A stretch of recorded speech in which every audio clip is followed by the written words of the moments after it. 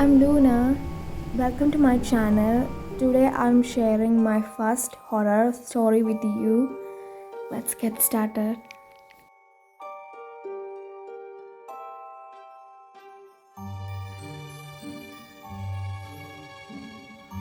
The map in the phone book. The old paper mill outside Grey Harbor, a quiet coastal town, had been closed for almost 20 years. Everyone in town knew the place. The tall brick chimney, rusted metal roofs, and broken windows were visible from the highway. Seagulls nested there now, and the wind from the ocean whistled through the empty buildings. Most people avoided it, but Daniel, who had recently returned to Grey Harbor after years away, didn't mind abandoned places. He was writing an article about the town's industrial past, and the paper mill was the biggest part of it. The town library had donated boxes of old materials, documents, manuals, and outdated phone books from the 1990s. One afternoon, while flipping through a 1994 phone book, something slipped out and fell onto the desk. A folded piece of paper. It wasn't printed, it was hand drawn, a simple map. The lines showed the layout of the old paper mill, the storage rooms, conveyor halls, and loading docks. But one thing stood out. A red circle had been drawn around a small room labeled Maintenance Office B. Under it was a short message written in faded ink. Watch the hallway. Daniel stared at it for a long time. No name.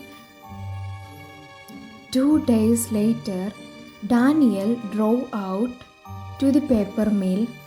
The ocean air carried the constant smell of salt and rust.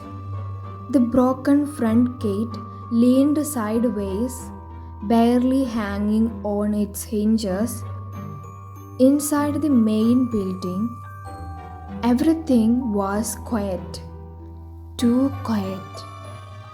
The floor was covered in old dust and scattered papers from decades ago.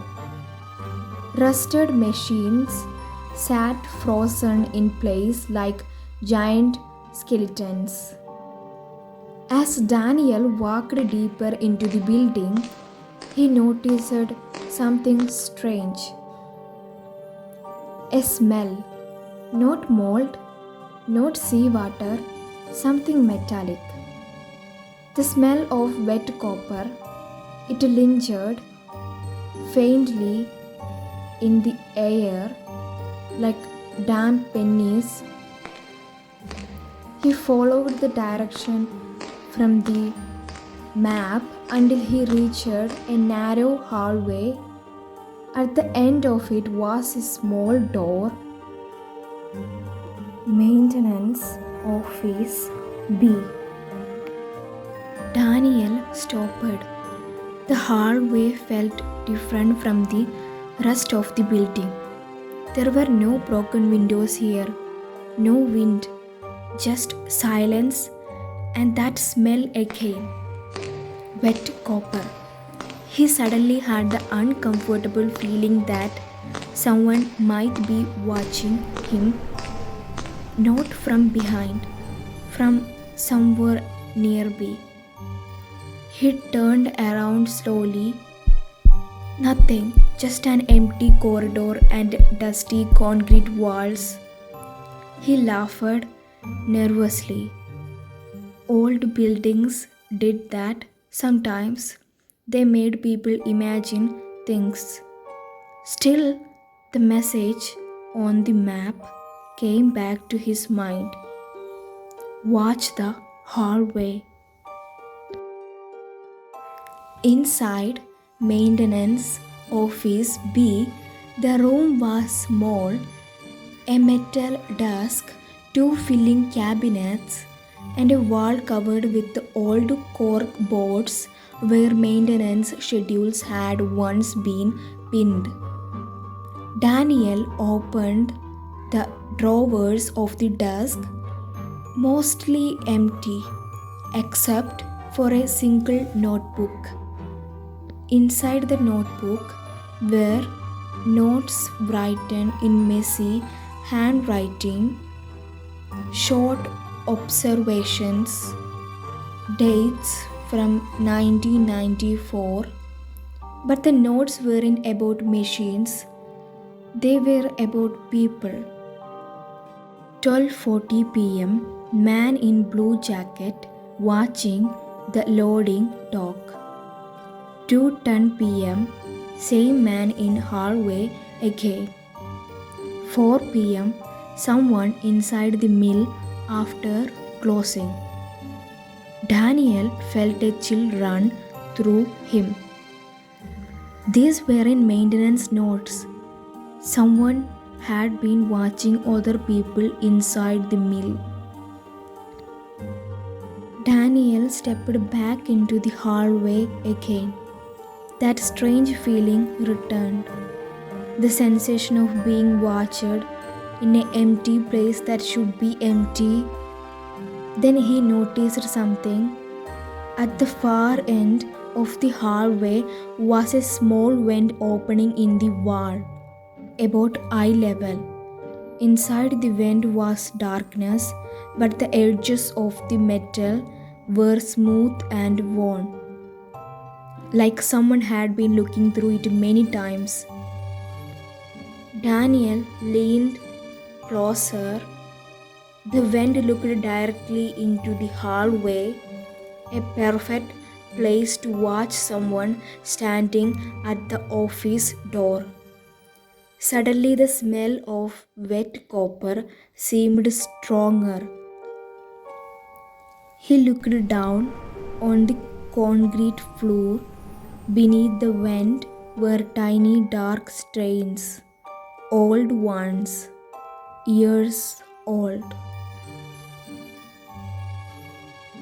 Back home that evening, Daniel kept thinking about the notebook.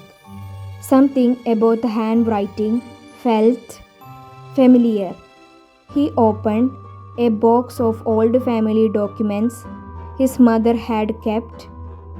Inside was an envelope filled with letters written by his father, who had died when Daniel was young.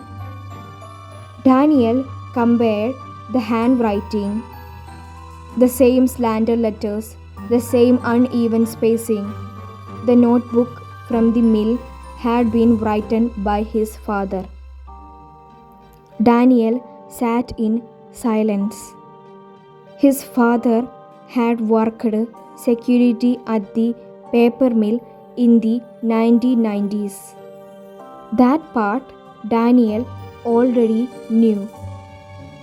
What he didn't know was this: his father had been secretly watching people inside the mill, recording their movements, tracking them, maybe even long after they left.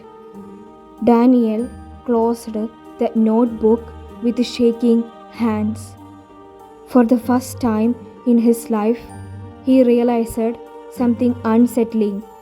The strange feeling he had in the hallway, the feeling of being watched, was the exact same feeling someone else must have had when his father was standing behind that vent.